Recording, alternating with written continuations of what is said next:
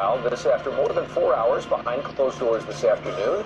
The jury is done for the day. They will resume tomorrow morning at 8:30 first thing. They must decide, of course, if former police officer Amber Guyger made a mistake or if she committed murder in the shooting death of Botham Jean. We have team coverage tonight. J.D. Miles and Steve Pickett both on this for us. J.D., let's start with you at the Dallas County Courthouse. What's going on this evening and what should we expect tomorrow? Doug, the jury had the option to deliberate into the evening, so this could be taken as a sign that they are far from a unanimous decision. But the judge has given them three options now: murder, manslaughter, or not guilty. The red light outside the jury room went off around 5 p.m., but instead of a verdict or question, it was a request to retire for the night. The day started with both sides of the case getting a final chance to make one last pitch to the jury during closing arguments. Amber Guyger spent her life trying to do the right thing. But she is not a reasonable person. She was not thinking like a reasonable person that day.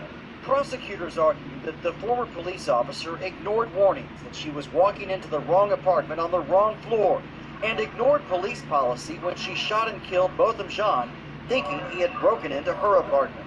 She became the aggressor. That's not self-defense. But defense attorneys say prosecutors did nothing to dispel Guyger's account that the shooting was a mistake.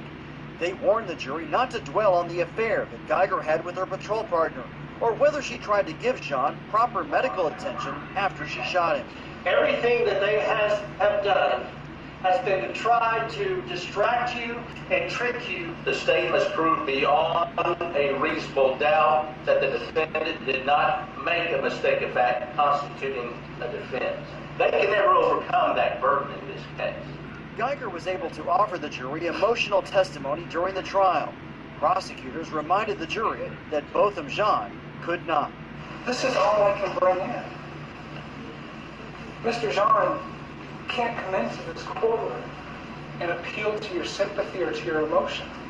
He's been reduced to a cardboard photograph. That's one powerful moment of many this morning. So for the jury to convict Guyger of murder, they have to all agree that her actions were intentional. To convict her of manslaughter, they have to all agree that her actions were reckless. If they find her behavior was reasonable, they will acquit her. The jury will reconvene here at 8:30 in the morning when they enter a 6th hour behind closed doors. Live in Dallas, J.D. Miles, CBS 11 News. J.D., thank you very much. As we know, the case has been viewed by some as an example of police misconduct and touted as a rallying point for demonstrators and protesters against violence. Our Steve Pickett is live tonight with what many organized protesters, I know you spoke with personally, hope not to see. Tell us more. Also, Doug, we should mention that we spoke with local authorities, getting indications from them of that they are indeed preparing for demonstrations and protests here in Dallas as a result of this case. As you know, last year there were street demonstrations calling for the arrest and indictment of Amber Guyger after the shooting of Botham Jean. But now we're seeing representatives from advocacy groups make public statements specifically today over what kind of possible demonstrations. In fact, urging people to honor the life of Botham Jean and keep any possible demonstrations civil and peaceful. We ask that you be prayerful as you respond, seeking lessons, not lawlessness. We know that God is the final judge and God is the final jury. If she's found not guilty, yes, there should be protests, but it should be dignified. It should be in a manner becoming Botham Jean's life.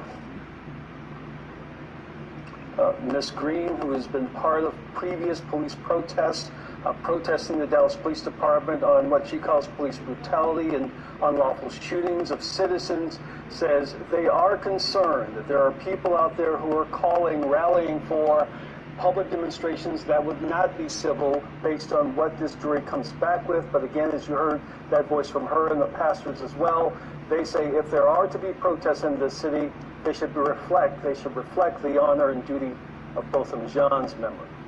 Reporting live, Steve Pickett, CBS 11.